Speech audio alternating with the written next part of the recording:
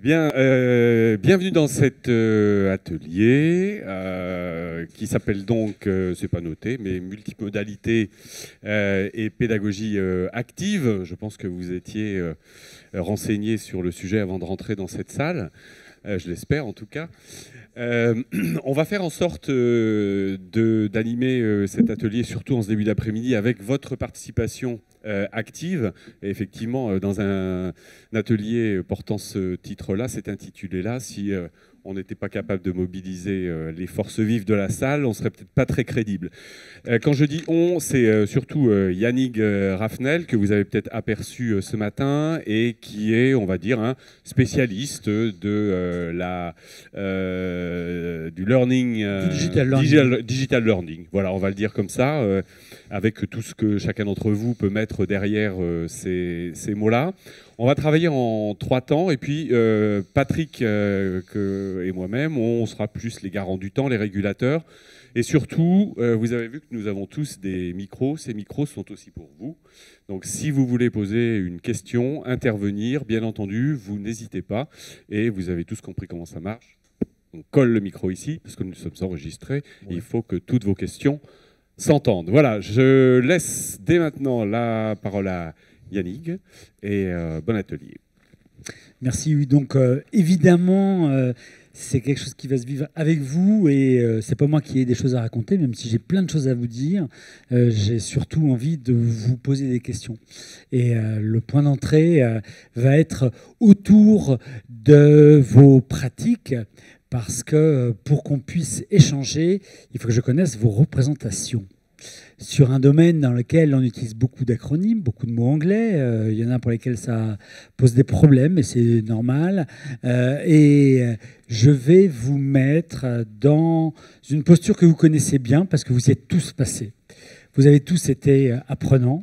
Et là, cet après-midi, je ne vais pas parler aux directeurs de formation, aux responsables de structure, aux managers, à tout ce qu'on veut. Je vais parler aux apprenants, pour que l'on puisse avoir une analyse un petit peu fine de votre vision de quelque chose que vous avez vécu, la formation présentielle. Puisque on parle de multimodalité, on va partir déjà de la modalité classique de la formation présentielle qu'on a tous vécu.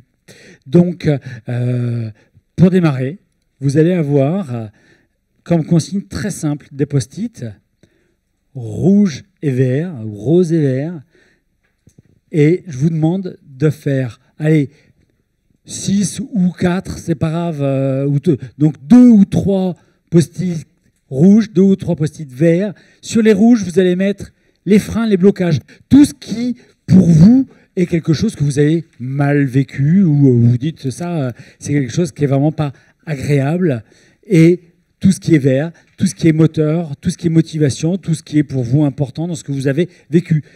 Et vraiment, je fais appel à votre cerveau vraiment émotionnel. On n'est pas sur la réflexion, mais c'est qu'est-ce que vous avez, qu'est-ce qui, pour vous, dans ce que vous avez vécu, a été important dans le présentiel? Qu'est-ce qui, pour vous, dans le présentiel, est plutôt pénible? D'accord? Et je vous donne une contrainte, 1 minute 30 pour faire ça. C'est donc, vous y allez de manière spontanée. Allez, un post-it, un mot, 3 post-it sur les freins, 3 post-it sur les moteurs. Et dès que vous avez fini, vous allez venir et on va se les coller ici, par là, sur le mur, par ici, là. Alors, il faut que ce soit quelque chose de très spontané. Hein. Voilà. On vous dit formation présentielle, qu'est-ce que j'ai aimé, qu'est-ce que j'ai pas aimé, qu'est-ce qui m'a marqué positivement, qu'est-ce qui m'a marqué négativement. Soyez spontanés. Et surtout toi. Spontané. Tu m'avais déjà dit ce qu'il fallait faire à l'avance, ça va être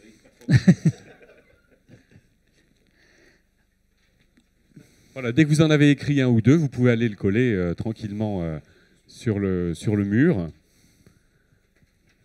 Ne soyez pas timide. Et après, moi, je vais jouer avec les petits papiers.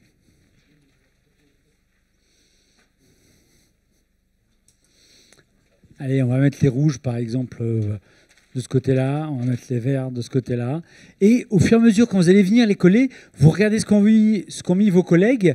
Et s'il y en a qui sont identiques, eh ben, vous les regroupez. C'est du mauvais côté.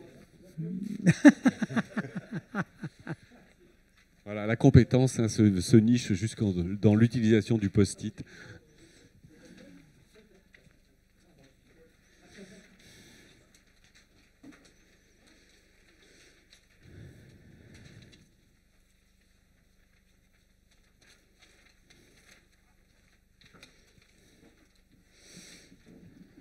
Rencontre, hop, je les mets ensemble. Échange, je le mets à côté.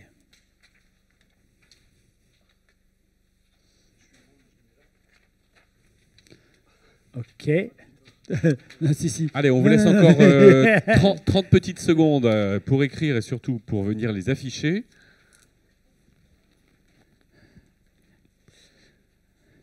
La spontanéité étant un des éléments moteurs.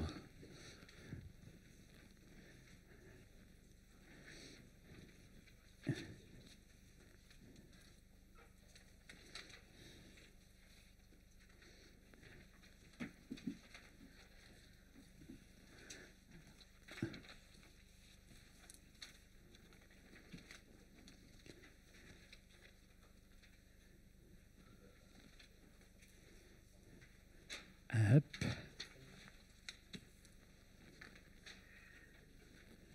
Ça commence à bien se regrouper. Allez, les derniers.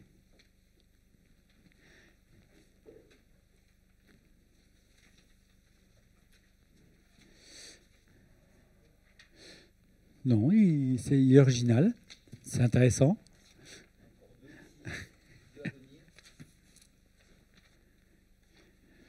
Fatigant, on va le mettre de pas loin de l'ennuyant. Hein.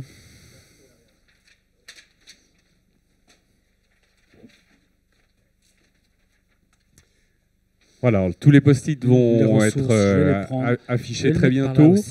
Yannick, lui, va réagir par rapport à vos post-it. Bienveillance, empathie. Voilà. Et surtout, n'hésitez pas à lever la main quand vous voulez poser une question pour que je puisse vous apporter le micro ou Patrick, de façon à ce qu'on entende vos questions. Alors, on a plein de matières et je vais démarrer volontairement. L'anonymat, très bien, on ne l'avait pas celui-là. L'anonymat dans le présentiel, parce qu'on fait partie du groupe, on fait partie de la masse. On est dans la masse. Très bien. Dans les choses qui se regroupent et qu'on arrive à rassembler, on a des choses qui sont... Alors, je prends le dernier ici que j'avais vu. Voilà. On a plusieurs autour de l'échange, autour de l'interaction. Ce sont ceux qui ont été les plus marqués. Ça tombe bien, ce matin, c'était les deux gros paquets aussi qui étaient les plus repérés par vos collègues. On est donc bien dans une représentation que lorsque l'on est en présentiel, finalement, ce qui compte le plus, là, dans ce que vous remettez en exergue, ce sont les interactions entre les participants. Et faisant partie des participants, il y a des participants particuliers qui sont les formateurs. Mais on est dans un lieu dans lequel des choses se passent entre les uns et les autres. D'ailleurs, tiens, à ce sujet-là, je voudrais vous poser une question. Si je vous demande, dans votre scolarité, de penser à un cours qui vous a marqué, vraiment qui a été important pour vous, est-ce que vous pensez à une matière ou est-ce que vous pensez à la rencontre avec une personne? On est d'accord? Nos souvenirs, les choses qui nous ont influencés et qui ont été vraiment marquantes, ce sont des rencontres avec des personnes. Ce n'est pas un contenu, ce n'est pas un savoir que j'ai su à un moment donné qui m'a révélé quelque chose. C'est parce que quelqu'un, dans son rôle, ou peut-être même au-delà de son rôle et de sa fonction, a déclenché une émotion, quelque chose qui m'a parlé. D'accord? C'est ce que vous nous mettez ici. Interaction entre les personnes, avec le groupe apprenant, et dans ces personnes, il y a aussi des intervenants. On a aussi, dans ce qui est important, c'est pas grave, on a... le relationnel, l'ambiance de la classe, on est bien sur des choses qui sont des dimensions émotionnelles, qui n'ont rien à voir avec d'autres éléments qui apparaissent, mais qui apparaissent vraiment que de manière extrêmement ponctuelle, les ressources éducatives et cérébrales. C'est-à-dire que le savoir, le contenu qui est transmis sur le présentiel, finalement, on n'en a que 3 sur je ne sais pas combien de post-it. D'accord ? Donc, l'enjeu dans le présentiel, et si ce n'était pas justement ce qui est transmis, mais tout le reste, c'est ce qui va s'y vivre. Avec des éléments intéressants. Hein. C'est vrai, l'anonymat étant comment est-ce qu'on fait partie d'un groupe sans être celui qui est mis en avant ou dans une relation duelle. Et des petites choses que je trouve intéressantes, c'est la première fois que je devais sortir comme ça à ce moment-là, des natures de ressources, de la vidéo, du vidéoprojecteur. Ce que j'aime bien là-dedans, c'est, dans du présentiel, ce n'est pas antinomique avec de la techno.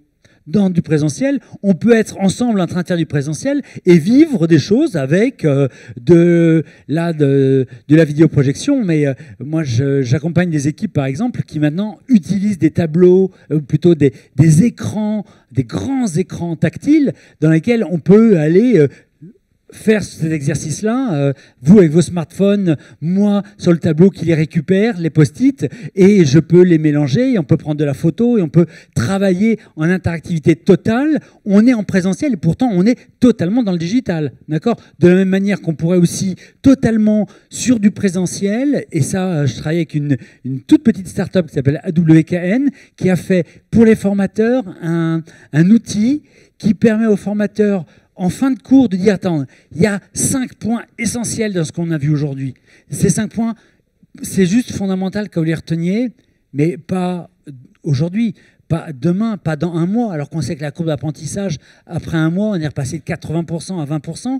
Eh bien, c'est un outil qui fait de l'adaptive learning et qui va faire de l'ancrage mémoriel en ramenant aux personnes présentes les concepts importants, en posant des questions sur leur smartphone de ce qui a été vu pendant la formation présentielle. Donc on utilise des outils qui sont normalement liés à des dispositifs digitaux où on pense que ce n'est utilisable que si on travaille à distance. Or que là, on peut s'en servir aussi sur du présentiel, mais dans le post-formation. Et là, ça devient intéressant. On peut aller mélanger des outils du digital dans du présentiel de manière forte. Allez, on va revenir après sur tous ces éléments-là. On a, dans les éléments de blocage, évidemment, les premières choses, ennuyeux, fatigant, être assis, on est sur la passivité, du bruit, de l'indiscipline, on est sur tout ce qui va se générer au travers du présentiel qui vient à l'encontre de l'expérience vécue, parce que là on parle bien de l'expérience, on est sur l'expérience consommateur, l'expérience utilisateur, tout ce qui nous détourne même de ce que l'on a à vivre, avec évidemment des facteurs comme le nombre d'apprenants par classe, comme les annulations de cours, comme le temps de trajet, c'est-à-dire toutes ces contraintes qui vont vraiment enlever toute la qualité, dévaloriser tout ce qui va se vivre. Et je l'ai que 3 fois, mais ça reste quand même un des éléments fondamentaux, puisque c'est l'origine des temps d'ennui, de fatigue et de la passivité, cours magistral, descendant, très sachant. Ça nous ouvre à une idée sur laquelle on va revenir après, qui est, et si ces temps de présentiel, justement, devaient être non pas considérés comme des temps de transmission, mais comme des temps d'échange, de relationnel. Et on pourrait aller beaucoup plus loin en se disant qu'est-ce qu'on a à faire, et clairement c'est au sein de vos organisations, de vos établissements, la chose que vous faites très bien, c'est et si on avait des choses à vivre, et si on avait des choses à faire, parce que c'est pas des choses à transmettre, mais à faire ensemble, à faire, à accompagner à faire, etc. Donc là, on a une vision qui est tout à fait intéressante, parce qu'on va mettre ça en reflet avec la question suivante que je vous pose dès tout de suite. Et dans le pendant, Eh bien, c'est quoi? C'est vous, en tant qu'apprenant. Tiens, avant de vous faire répondre à cette question, puisque je vais vous demander les mêmes choses, hein, ça va être, vous pouvez y penser tout de suite, mais avant d'y répondre par écrit, je vais vous poser d'abord d'autres questions. Quel frein et blocage représente pour vous le digital learning? Vous mettez ce que vous voulez derrière le digital learning, hein. Volontairement utiliser ce terme-là, ça peut représenter des choses tout à fait différentes pour les uns et les autres. Mais parmi, vous êtes donc 15, combien parmi vous ont déjà suivi un MOOC ou se sont inscrits à un MOOC? Un MOOC. Waouh, énorme quand même. Alors là, taux incroyable. Alors 1, 2, 3, 4, 5, 6, 7, 8, 9. Combien parmi vous sont allés à la fin d'un MOOC et ont terminé? 4. Ça fait quasiment 50%. C'est juste énorme. Vous savez quels sont les scores, les statistiques sur la population normale? De combien de personnes vont au bout d'un MOOC après s'être inscrit à un MOOC? On est sur 6. Absolument. Bravo. Ces 5-6% de population, ça correspond exactement au pourcentage de population qui est capable d'apprendre aussi bien sur des livres que sur du digital. C'est pas une question de médias, c'est une question d'autonomie. Est-ce que l'on est capable d'apprendre par soi-même ou pas? Il y a 5% de la population qui est capable d'apprendre par lui-même. Et ça a toujours existé, ça a toujours de parmi... ça n'a rien à voir avec l'arrivée des MOOC ou du digital, d'accord? Alors, on va en reparler. Oui. Quand on parle de MOOC, on parle aussi de formation e-learning ou pas? Et est-ce qu'on parle aussi de chaînes YouTube sur lesquelles on peut apprendre des choses, culture, etc., etc. Alors non, volontairement, j'ai parlé de MOOC, mais on va parler du reste. On va parler de la formation informelle, on va parler et YouTube est la première plateforme de formation en ligne qui ne s'appelle pas plateforme de formation, mais c'est le média de formation le plus utilisé au monde actuellement.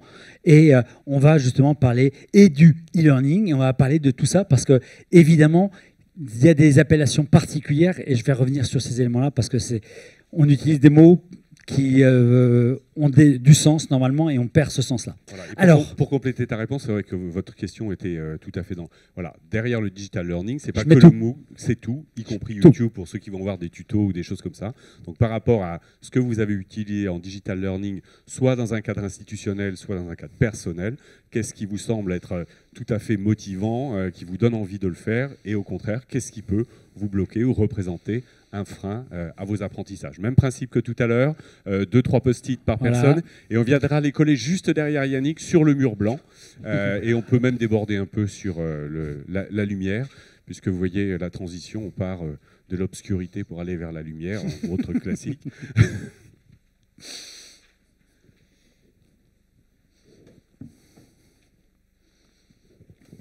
Yannick, il y a quelque chose d'intéressant par rapport à l'autre groupe, c'est que celui-là a vraiment intégré la partie vidéo, rétroprojecteur, numérique. On ne l'avait pas du tout à l'heure en présentiel. Tout à fait. Je ne sais pas, mais à un moment donné, certains ont dit, ils ont posé une question sur les jeunes générations, et ça sera intéressant que tu fasses le parallèle là-dessus. C'est vrai, puisque une des questions posées ce matin était de dire, oui, mais nous, notre point de vue aujourd'hui, là, ce qu'on a écrit, c'est notre point de vue à nous, mais finalement, nos jeunes... ils ne ressemblent pas à ça. Ils ne diraient sans doute pas la même chose. Et après s'être posé cette question-là, on a essayé d'interpeller et de se rendre compte, mais réellement, est-ce qu'ils ont d'autres critères que ça? Est-ce que leurs critères sont différents des vôtres? Je vous laisse la question pour l'instant. Alors, ça commence. Manque d'humain. Ça...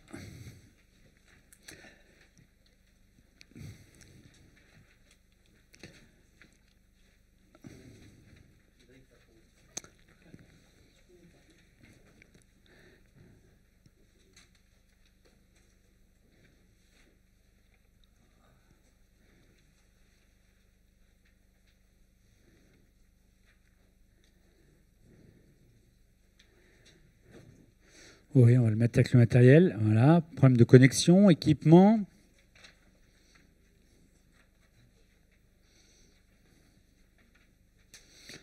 pas l'habitude, on va le mettre avec connaissance des outils numériques. Un petit peu quand même.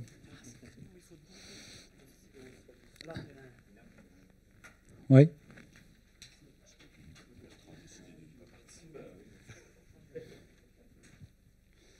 Voilà, allez, on vous laisse encore Ça, 30 secondes maximum voilà. pour Hop. écrire et poster vos post-it.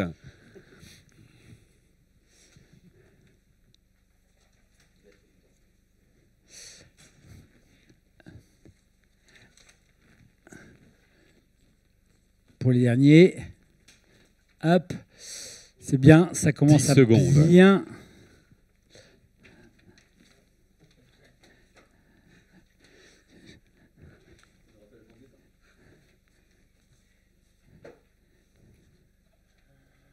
Je peux t'aider peut-être. Connectivité, on va aller sur le matériel ici.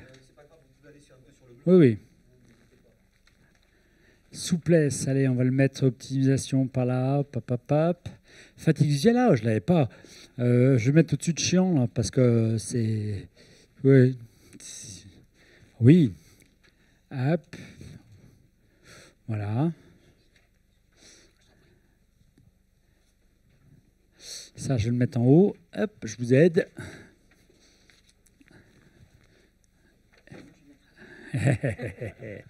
Oui, très intéressant. Alors, Yannick, juste avant que tu commentes les mots, moi je voudrais juste que vous fassiez une remarque. Enfin, vous allez faire la remarque que vous voulez, mais je vous demande juste de comparer le ratio entre le nombre de papiers verts et de papiers roses lorsqu'on parlait du présentiel et le ratio entre le nombre de papiers roses et de papiers verts lorsqu'on parle du digital learning. Qu'est-ce qu'on constate ? À vue de nez, c'est pas très différent. Donc, on est critique sur l'un comme sur l'autre, et je crois que ça justifie cette répartition à elle seule le titre de cet atelier, le blended learning, le mélange des modalités de formation. Et je vais laisser Yannick, bien entendu, continuer sur ce point. Un vrai défi, mais ça sera une conclusion, mais on peut déjà se la donner puisque tu l'introduis, c'est est-ce qu'on est capable de prendre le meilleur des mondes et de savoir surtout pourquoi est-ce qu'on prend des choses et pourquoi est-ce qu'on laisse le reste. Parce que dans ce que vous avez mis ici, ce qui est tout à fait intéressant, c'est qu'il y a des mots que vous avez mis d'un côté qui pouvaient, avec les mêmes mots, être des avantages et pour certains, être un inconvénient. Il y a par exemple... Ici, je l'ai vu tout de suite. Alors, je ne le retrouve plus. Alors, si, j'ai ici, par exemple, en avantage, l'autonomie. Et j'ai de l'autre côté l'absence d'échange, le manque d'humain. Et voire même, ici, l'individualité de la démarche. On est dans un paradoxe total. On est dans... Aller utiliser un outil digital, c'est la souplesse, c'est ce qui est marqué, l'optimisation de son temps, c'est je me forme quand je veux, comme je veux. Oui, mais je suis seul. Le frein le plus important du digital, depuis l'origine, c'est quelque chose qui vient non pas de l'outil, mais de la posture. Est-ce que vous avez, certains d'entre vous, vécu dans les années 90, la FOAD, la formation ouverte et à distance. La formation ouverte à distance, c'est quelque chose qui a fonctionné avec quoi comme ressources ? Des classeurs, papier, avec des fiches d'activités à produire, des ressources qui étaient aussi bien des livres ou des classeurs faits par les équipes de formateurs. On était dans un espace qui est un centre de ressources avec des classeurs et peut-être qu'il pouvait y avoir des ordinateurs si on voulait, si on faisait de la bureautique et on allait se former à la bureautique. Mais pour plein d'autres matières, il n'y avait même pas d'outils digital.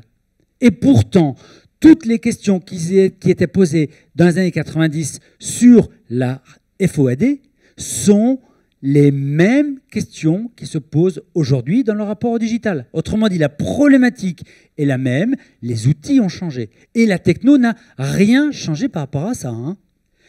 Le problème, au cœur du défi qu'on a à résoudre, c'est une situation d'auto-formation est vécue par les apprenants comme une situation d'auto-abandon. Et que apprendre, c'est quelque chose qu'on ne vit pas bien lorsqu'on est seul, sauf un tout petit pourcentage de la population.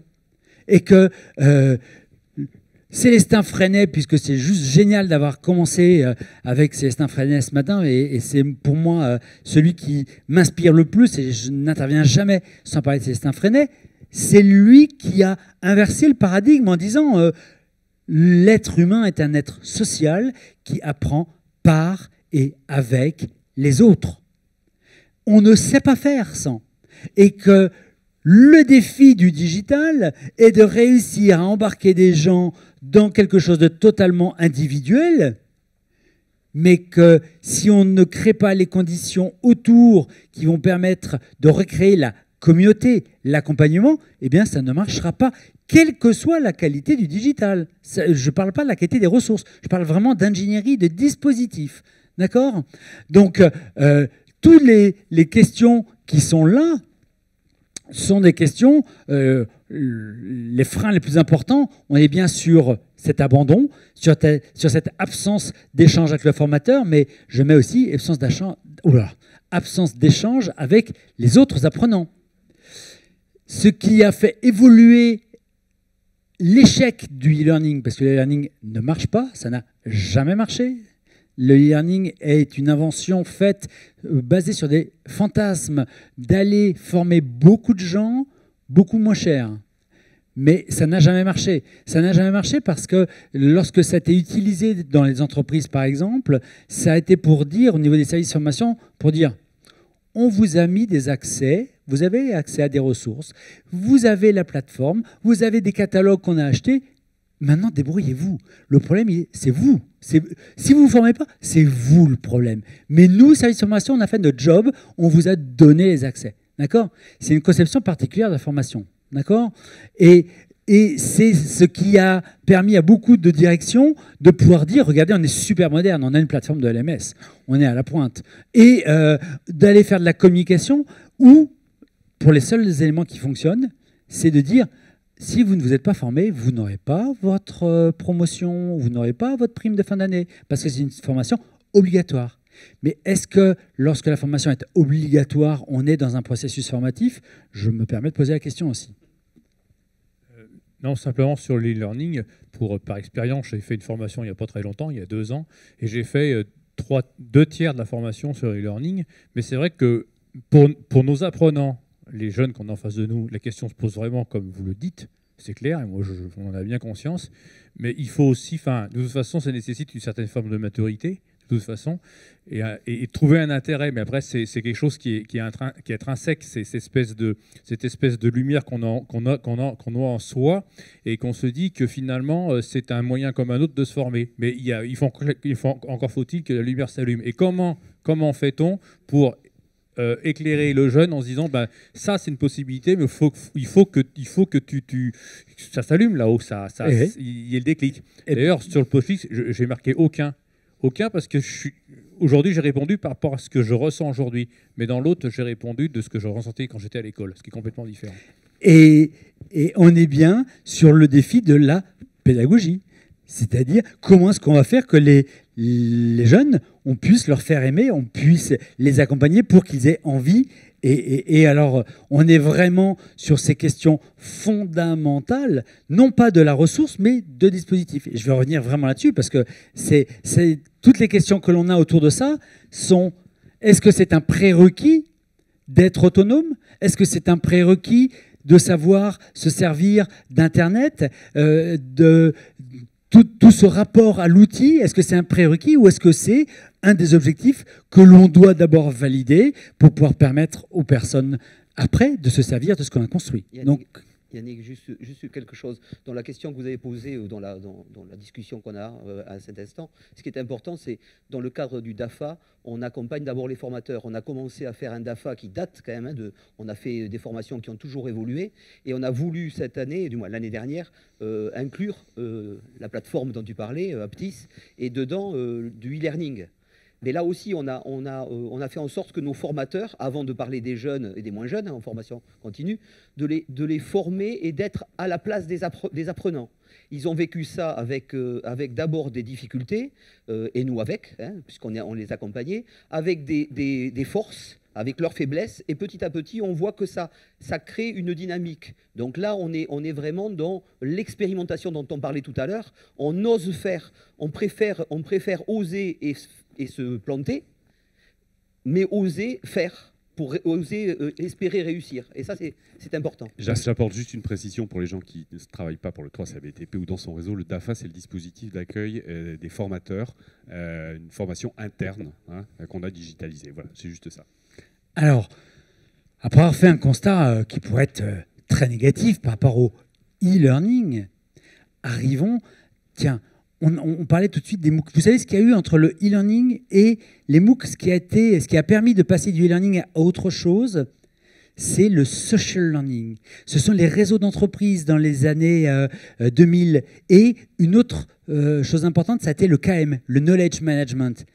C'est-à-dire le partage des connaissances avec des gros outils qui étaient mis en place, qui heureusement ont été remplacés par juste la force des algorithmes de Google, qui permet d'aller faire que Google va chercher dans ce qui est produit et va, sans qu'on ait besoin de l'indexer, permettre de partager de la connaissance, de l'information avec d'autres personnes.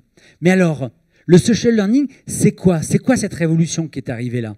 C'est, au travers de ces réseaux sociaux d'entreprise et autres réseaux sociaux, une notion fondamentale qui est venue répondre à ce besoin d'appartenir à une équipe et d'être dans de la relation. Là, ces échanges dont on a besoin, dont on parlait tout à l'heure, c'est pouvoir échanger avec les autres personnes avec qui j'apprends.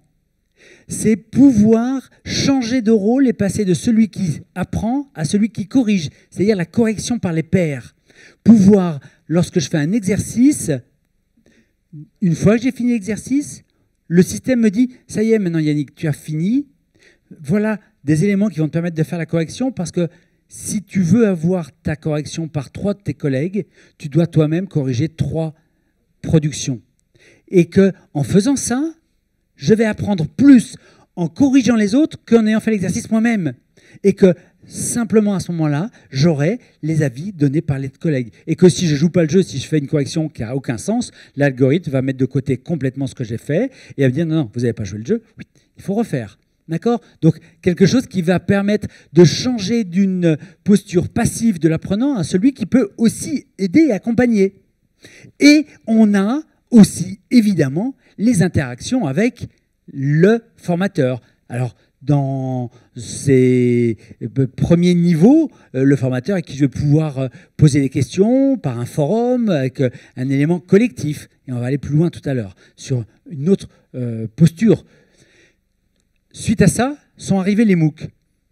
Mais les MOOC, c'était du e-learning plus le social learning et des contraintes imposées de modularisation de grains vidéo.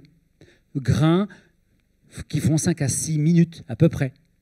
Sauf que on utilise le nom MOOC, et je repars de votre remarque, on utilise le mot MOOC sur des choses qui ne sont absolument pas des MOOC. Parce que pour que ça soit des MOOC, le O de MOOC, Massive Open Online Course, c'est le même O que dans formation ouverte à distance. Ça veut dire que c'est ouvert tout au long de l'année. C'est pas, ah ben non, c'est fermé le MOOC, là maintenant, il va falloir revenir dans 3 mois. Non, non, un MOOC, ça doit être ouvert tout le temps. Un MOOC, ça doit être gratuit, même si on peut vendre après de la certification. Mais c'est un mouvement qui vient aussi du logiciel libre. Les contenus, ils sont offerts et ouverts à tout le monde, d'accord? Donc aujourd'hui, on met sous le mot MOOC des choses qui n'ont rien à voir avec du MOOC. Parce que très souvent, il n'y a pas de coopération avec les pairs. Et je vais vous donner un exemple, ça devrait vous parler. J'ai été, moi, directeur pédagogique d'Open Classrooms. Je ne sais pas si vous connaissez Open Classrooms. Au moment où ça a pris ce nom-là, parce qu'avant, c'était le site d'Isero. Et j'ai monté l'équipe pédagogique et les partenariats avec les experts pour produire. On a produit 130 MOOC pendant 2 ans. C'était il y a 5 ans. Et on portait un message. On va complètement détruire la formation classique qui était, on prenait l'image de l'amphithéâtre du CNAM avec, dans 1800 et quelques, un énorme amphi avec plein de monde, une estrade et le prof qui est devant un énorme tableau noir où il écrit. Mais finalement, dans la plupart des MOOC, je vais dire 95% des MOOC qu'il y a qui se vendent comme tels, qu'est-ce qu'on retrouve? Un prof, son amphithéâtre, c'est les dizaines de milliers de personnes qui sont connectées, et il fait la même chose, il parle à une caméra, et c'est coupé toutes les 5 minutes, mais il est là, en train de descendre son discours. Autrement dit, on n'a rien inventé en termes de pédagogie. Donc si c'est ça, ça sert à promouvoir la marque, ça sert à faire connaître l'organisme de formation, à recruter pour plein d'entreprises, etc. Donc à faire du branding, mais pas du tout aller réellement former. Si on veut former, il faut changer les choses. Et moi, je vais vous faire 5 suggestions de moyens d'aller former qui, justement, vont nous faire un pont entre les deux univers. Première chose qui est juste fondamentale, ce matin c'était ça le point d'entrée, c'est de la pédagogie par projet, du learning by doing. C'est-à-dire que nous, et encore plus les jeunes, ce qu'ils veulent, c'est faire, apprendre en faisant. Donc le droit à l'échec, donc le droit à l'erreur. Donc parce que j'ai un but, un objectif, je vais avoir des ressources dans lesquelles je vais pouvoir me servir. Ces ressources, tant mieux, elles peuvent être digitales, si je peux m'en servir à tout moment comme je veux. Mais dans le digital, il peut y avoir du texte. Dans le digital, il peut y avoir plein d'autres choses, y compris en présentiel, dont on reparlera. D'accord ? Donc la pédagogie par projet. Le deuxième point, c'est évidemment que je vais pouvoir utiliser des ressources qui vont être à ma disposition et qui vont aussi s'adapter, je vais pouvoir sélectionner par rapport à tout ce que vous avez mis en termes d'individualisation, de personnalisation. Je vais prendre ce dont j'ai besoin. On parle d'adaptive learning, c'est-à-dire je prends que ce dont j'ai besoin. On ne m'impose pas quelque chose en me disant je dois tout cocher, aller de A jusqu'à Z et tout faire. Non, je prends ce dont j'ai besoin réellement. Troisième élément, je ne suis pas seul. Je suis avec cette dimension de social learning parce que j'ai des interactions avec mes collègues, parce que je vais faire de la correction par les pairs et parce qu'on m'accompagne. Et là, moi, j'ai une croyance très forte, c'est que plus il y a du digital, plus il y a besoin d'humain. Ça veut dire que lorsque vous mettez un accompagnateur qui a une fonction simplement d'aider chacun des apprenants dans son parcours d'apprentissage, vous allez ne pas le perdre. Vous allez comme ça, alors on peut l'appeler de plein de manières différentes. On ne peut pas dire tuteur parce que pour vous le tutorat c'est une fonction très particulière. Certains l'appellent coach, certains l'appellent... c'est un rôle d'accompagnement, moi je l'appelle mentor, du terme anglais parce que c'est celui qui est le plus global, où on va s'intéresser non pas à l'expertise du contenu, mais à l'apprenant, à ne pas le laisser tomber. Et dans les dispositifs que je vois construire et que j'aide souvent à construire, c'est par exemple de l'appel téléphonique, c'est du call mais qui est fait au groupe, et c'est aussi des temps de rencontres physiques. C'est des modalités très hybrides qui vont permettre vraiment d'accompagner. Le dernier pilier, c'est la certification.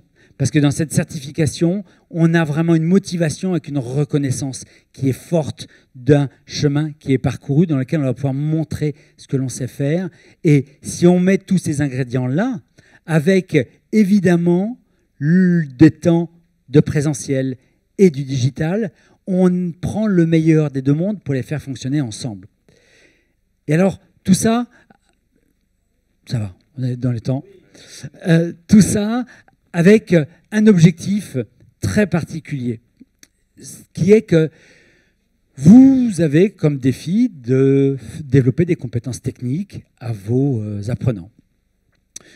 Ça tombe bien, c'est toute l'histoire de la formation dans des métiers très techniques toute l'histoire de cette formation était centrée sur cette transmission de cette expertise. Et c'est dans les métiers où, en plus, puisqu'on en parlait ce matin, par exemple, autour du compagnonnage, où on voit bien que ceux qui sont experts depuis longtemps ont une reconnaissance en termes de responsabilité à transmettre vis-à-vis des plus jeunes.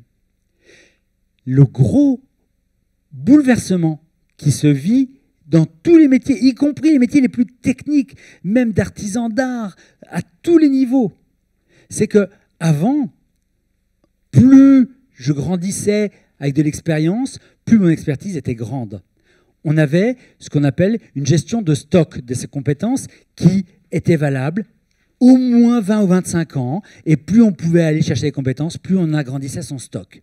Maintenant, vous connaissez la durée de vie d'une compétence technique, quelle qu'elle soit, 5 ans. 5 ans. On est donc dans une gestion de flux des connaissances, des compétences, parce qu'on doit renouveler en permanence ces compétences. Ça veut donc dire que ce qui est au cœur de l'employabilité des jeunes que vous voyez passer, mais c'est valable pour vous aussi maintenant, c'est la capacité à apprendre. C'est la capacité à continuer en permanence à renouveler son stock de compétences. Ça tombe bien, parce que cette capacité à apprendre, alors ça a été théorisé, ça s'appelle maintenant l'apprenance, donc cette capacité à apprendre, donc c'est une matière en elle-même, on ne va pas aller apprendre à apprendre en tant que tel, c'est pas simple avec vos jeunes. De la même manière que l'autre compétence qui va avec, c'est la capacité à pouvoir dépasser tous les échecs, toutes les difficultés, c'est la résilience. Comment transformer de ces échecs, apprendre de ces échecs pour pouvoir développer sa motivation, d'accord ? Et pour pouvoir réussir. Et ça tombe bien, parce qu'on parlait de la pédagogie par projet.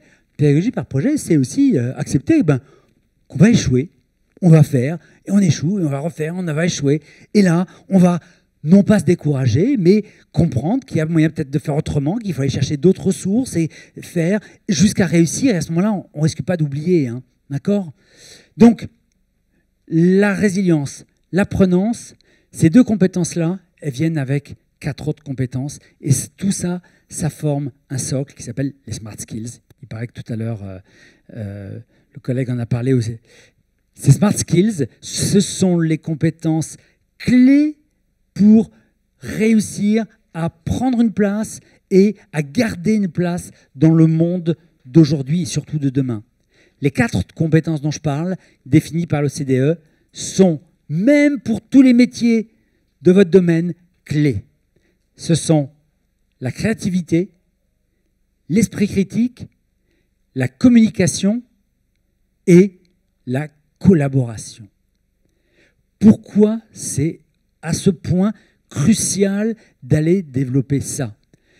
C'est que tous vos jeunes, dans les métiers qu'ils vont faire, ils vont le faire en équipe. Ils vont le faire en travaillant avec des collègues, et que si on leur dit « tiens, va faire ça », le gars ou la fille doit être capable de dire « non, j'exécute pas, on m'a dit de faire ça, mais il me manque des informations. Non, je ne vais pas faire. Je ne peux pas faire. Je ne vais pas bêtement le faire. J'ai de l'esprit critique qui va me permettre de dire « mais non, il me manque des choses, je dois aller les chercher. » Je dois être capable d'avoir du savoir-être relationnel, social, pour pouvoir vivre avec les autres, pour avoir du plaisir. Parce que vous savez très bien qu'une période d'essai qui est stoppée, et pour l'apprentissage, ça va être encore peut-être plus vrai que pour lorsqu'on est sur du CDD ou du CDI, c'est jamais pour un problème de compétences techniques. C'est dans 10% des cas. C'est 90% à cause d'un problème relationnel, social. C'est parce qu'on n'est pas capable de partager les valeurs de l'entreprise ou des personnes avec qui on travaille. C'est parce qu'on n'a pas ce minimum en termes de communication, en termes de curiosité, de créativité, d'ouverture, de communication. Alors, ça, comment est-ce qu'on peut faire? Vous ne pouvez pas aller faire des formations à ça. Ça tombe bien.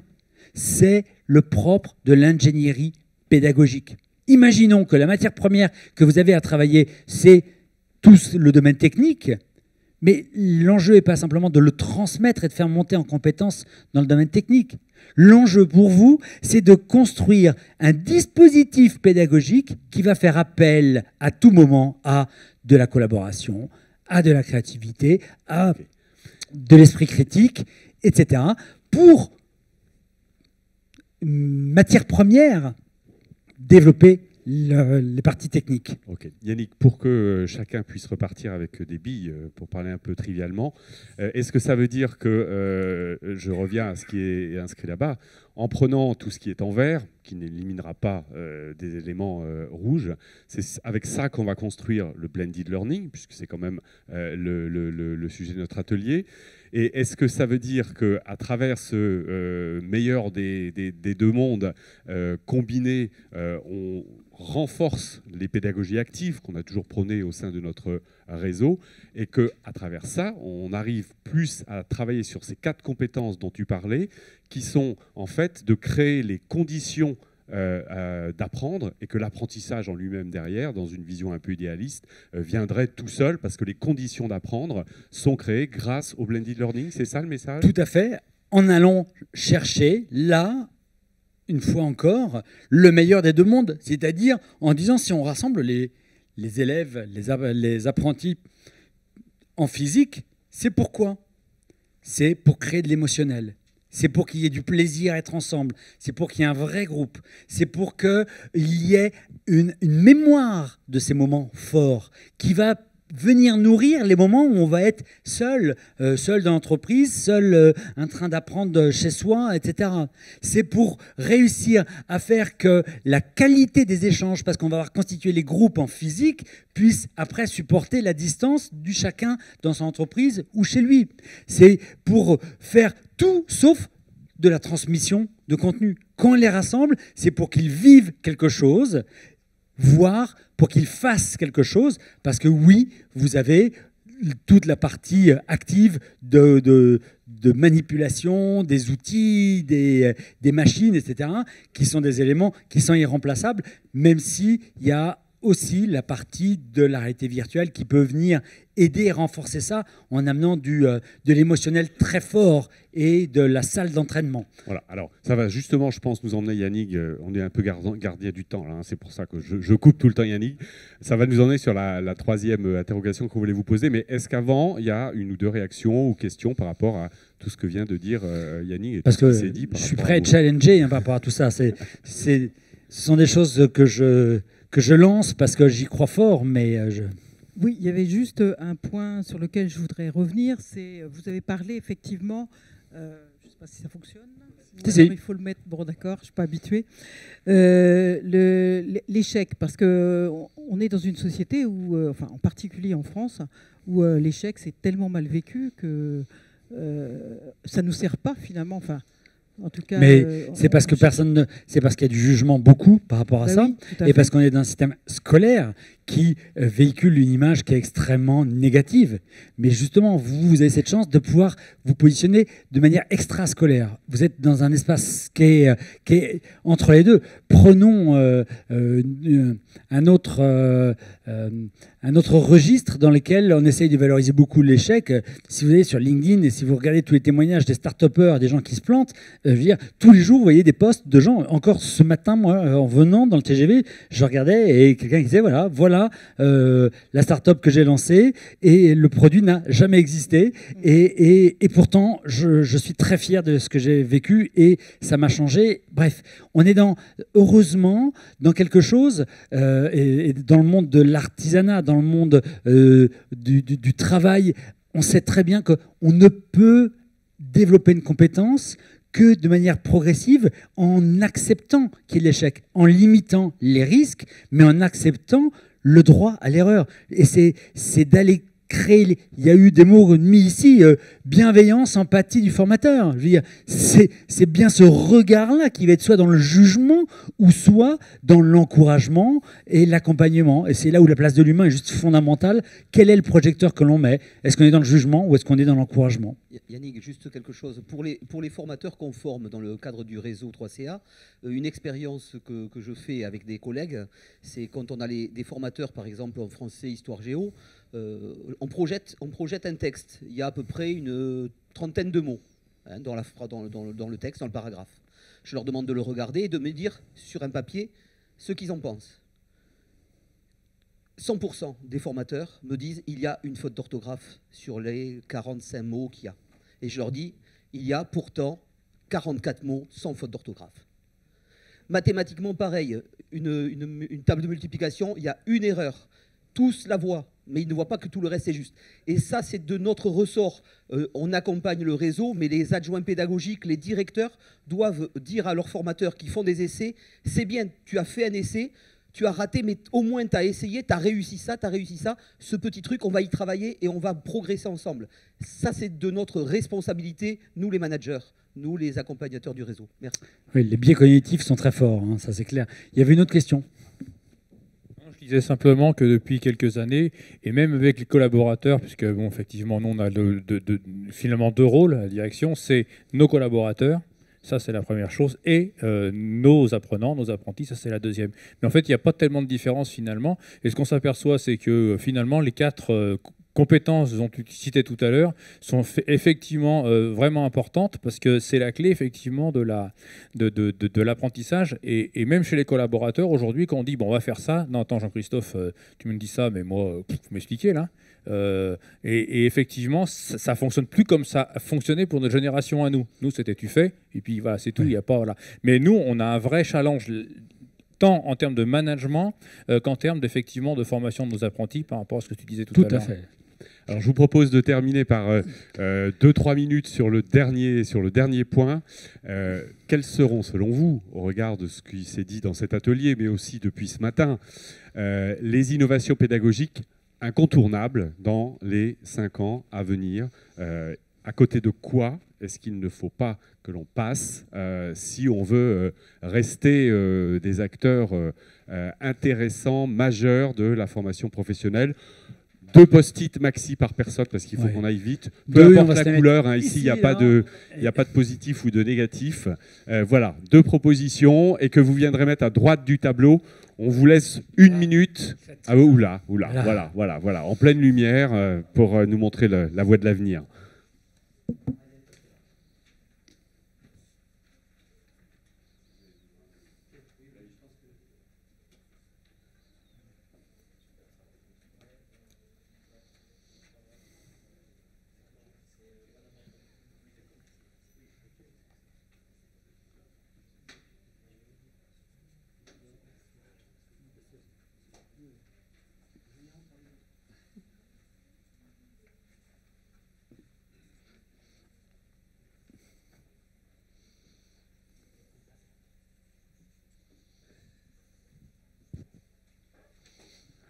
Voilà, allez, on est vraiment pressé par le temps, mais on ne veut pas louper ce petit moment de l'atelier où vous puissiez quand même montrer vos desiderata ou vos préoccupations en matière d'innovation pédagogique.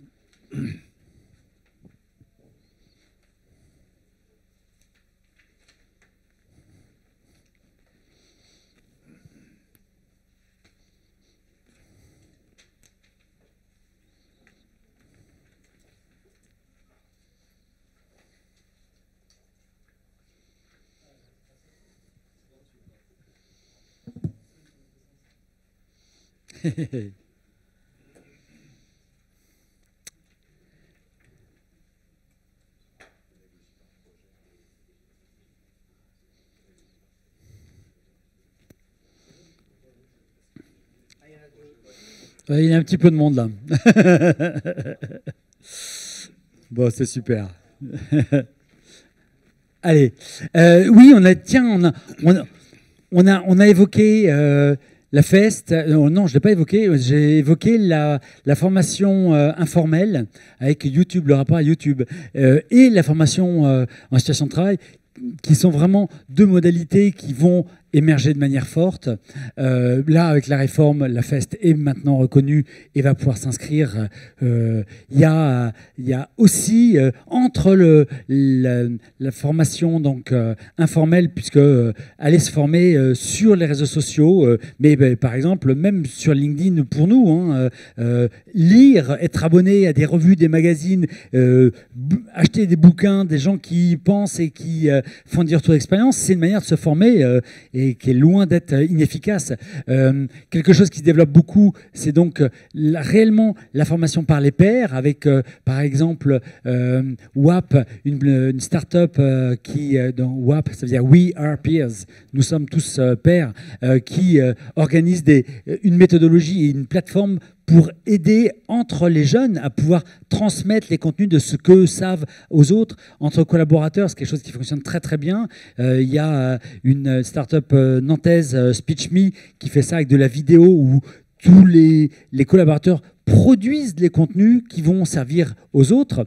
Mais on a aussi, on le voit, évidemment, pédagogie par projet, évidemment, la multimodalité avec plusieurs éléments qui ressortent, apprendre à apprendre et apprendre par l'effort. Donc, on est sur comment est-ce qu'on accompagne. Là-dessus, ça vient interpeller une chose qui est fondamentale, qui est et si la valeur de vos organisations de formation n'était plus dans ce que vous avez comme savoir, comme expertise technique, mais si c'était dans votre capacité à pouvoir accompagner et à pouvoir vendre du service. Souvent, quand je discute avec des responsables d'organismes de formation, je dis, mais attendez, votre organisme de formation, sa valeur n'est plus dans vos savoirs, n'est plus dans vos enseignants par rapport à ce qu'ils ont dans la tête, parce que ce savoir-là, il est général, on peut le retrouver partout.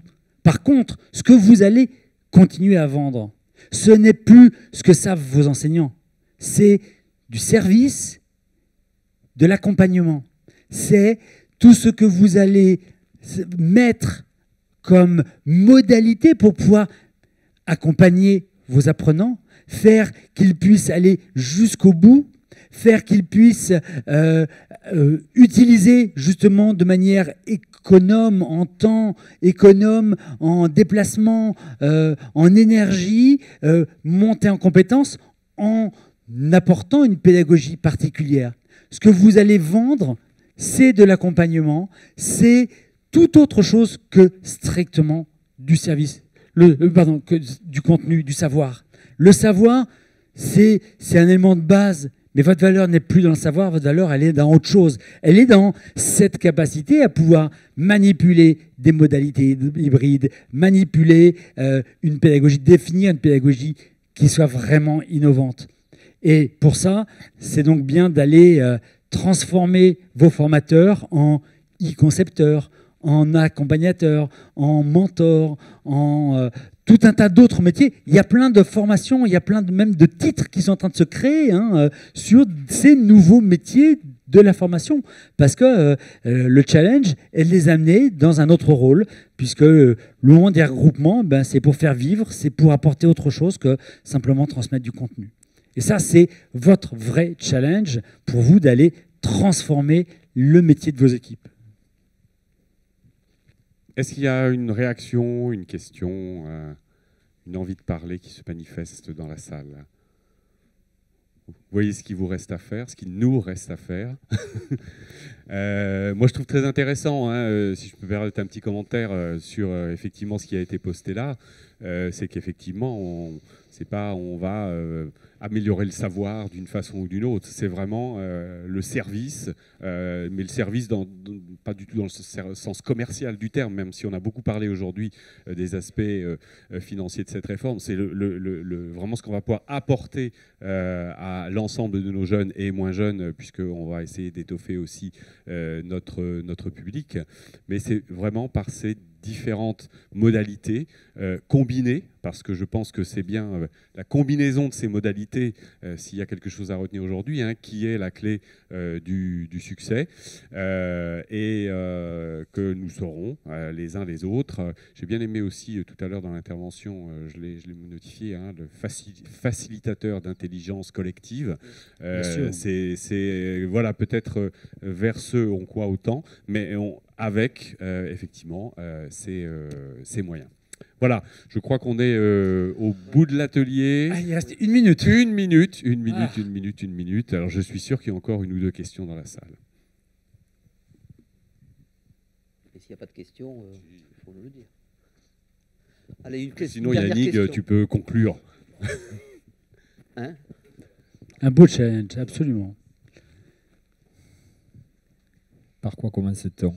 Par contre, on commence par donner envie. Vous avez des équipes enseignants qui à la fois adorent, ou formateurs qui adorent leur métier et qui en même temps sont fatigués de leur métier parce que leur public change, parce que ça les challenge en permanence, et que le grand défi, c'est de leur dire mais c'est l'occasion d'aller quitter ce que vous n'aimez plus faire pour pouvoir aller pour apprendre un nouveau métier, pour sortir de la zone de confort, pour aller faire des choses absolument passionnantes et nouvelles.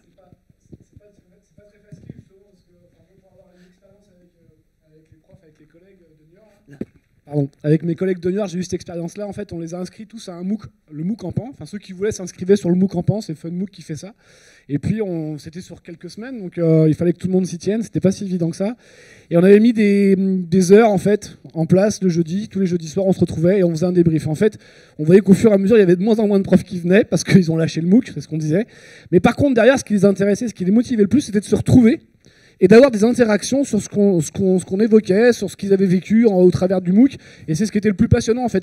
C'était de se retrouver et de parler de ça. Il dit, on ne pourrait pas se revoir. Bon, après, il y avait une question de temps, mais oui. Ils disent que c'est ça. Le problème, c'est d'avoir du temps aussi pour s'y mettre. Il y a des profs, c'est pas une question d'âge. Moi, j'avais des profs qui avaient une 50aine d'années et qui avaient envie d'y aller.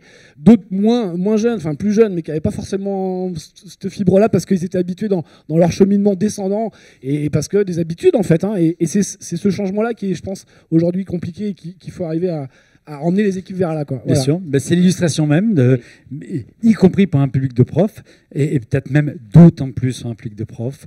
Si on veut les embarquer, il faut les embarquer déjà aussi dans des dispositifs hybrides.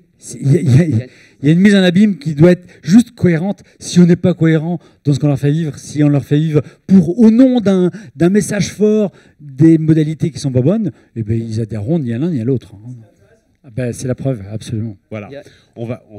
Désolé Patrick, on va s'arrêter là. On est obligé de tenir le timing. Merci pour votre participation. Merci à Yannick de ses lumières.